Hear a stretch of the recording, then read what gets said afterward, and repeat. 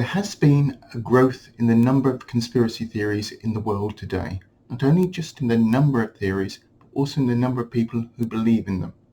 This, of course, been assisted by social media, creating groups where individual fantasies feed the delusions of other members who share the same delusion, reinforcing the idea that they aren't alone and they have discovered some truth that others have missed. This positive reinforcement they get from others in the group can even give them a feeling of superiority that they aren't used to feeling in their real-world lives. The idea that possibly for the first time in their lives they know something that gives them such a buzz that they're extremely resistant to letting go of their fantasy world, as they will have to return to their normal, insignificant lives, at least how in general they regard them. So silly theories like flat earths, rockets not working in space, persist despite all the evidence to the contrary. Because the people believing in the idea desperately want it to be true, they also invest a lot of their self-worth in it being true. All that having been said, it doesn't mean there haven't been genuine conspiracies and that new ones are occurring in the real world. So how can you spot the difference between a real conspiracy and a fake one? Well, in general, conspiracies in the real world start with people or businesses with money and power. If a threat emerges to that money and power, it's possible they may then use that same money and power to work with others who attempt to cling on to that money and power. One of the most documented cases of this happening was in the tobacco industry. By the late 1950s, the cigarette manufacturers knew that their product was causing cancer.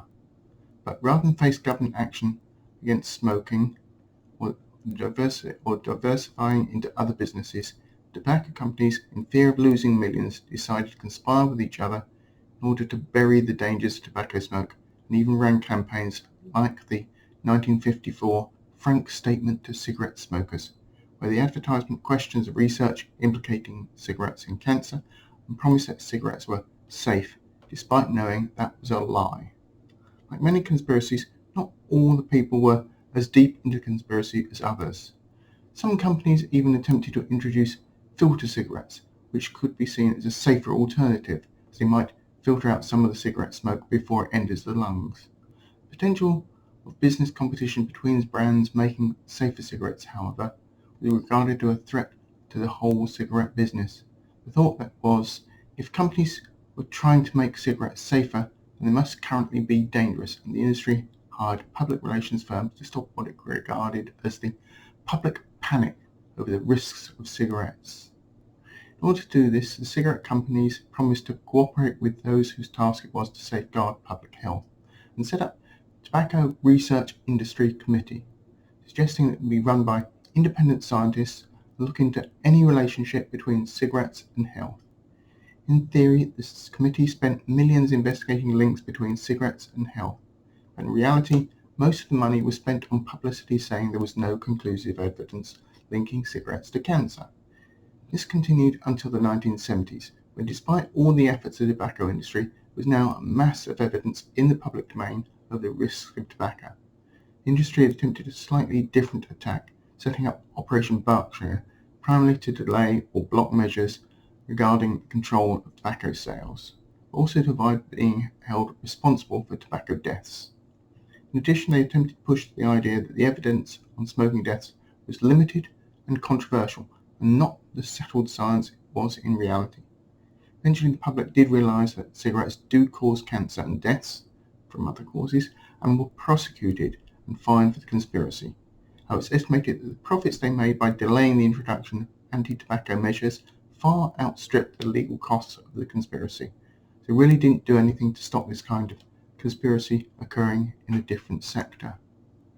Now, virtually the same pattern of behaviour has more recently been established by the fossil fuel industry, which started, as far as we know, with Exxon in 1981, when an internal memo produced by scientists working for Exxon stated that Exxon's 50-year plan would produce catastrophic effects on the majority of the world's population. Now, through the 1980s, the other oil companies eventually all knew about the consequences of climate change, and like the tobacco industry before it, the oil companies set about trying to maintain their millions of profits for as long as possible. In order to admit they were rather than admit that they're actually causing a problem.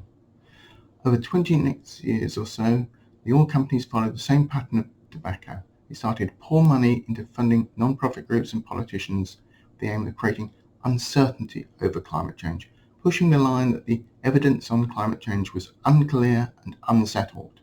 The only difference is that they learned from tobacco companies and made their campaign more effective. They used measures like paying experts to appear on talk radio shows to question the prevailing narrative that the planet was getting dangerously warm. They also sent materials to science teachers and other educators attempting to obscure what was happening to the planet. In addition, they created groups on campuses calling people talking about climate change as alarmists. The oil companies even directly funded climate change deniers. Like the tobacco industry before it, the oil companies went to work on the science community by cherry-picking selective data to draw false conclusions, or even creating their own conspiracy theories, like the renewable energy companies were conspiring together to invent climate change so they get extra government subsidies for renewable power. This, of course, doesn't pass the first test I mentioned for a genuine conspiracy theory, which is that companies conspiring already have money and power, and the conspiracy is to hold on to the money. The renewable energy sector has lots of new players entering into it all the time, so there's no established unassailable power base for any of the companies. It would be pointless to spend millions creating a perception of climate crisis only for new companies to come in and take a large share of the market. The success of the oil company conspiracy is still being felt today, with many politicians and groups of the public still disputing the reality of climate change, with many still thinking that it's a hoax or some way of dismantling the economy. The oil companies have made millions from pushing the conspiracy, and currently it looks unlikely they'll have to pay more than a fraction of those profits to deal with the issue. The oil companies may also be benefiting from all the ridiculous conspiracy theories floating around, manage to camouflage their genuine conspiracy. The idea that the oil companies have conspired on the issue is dismissed by some people as just another conspiracy theory.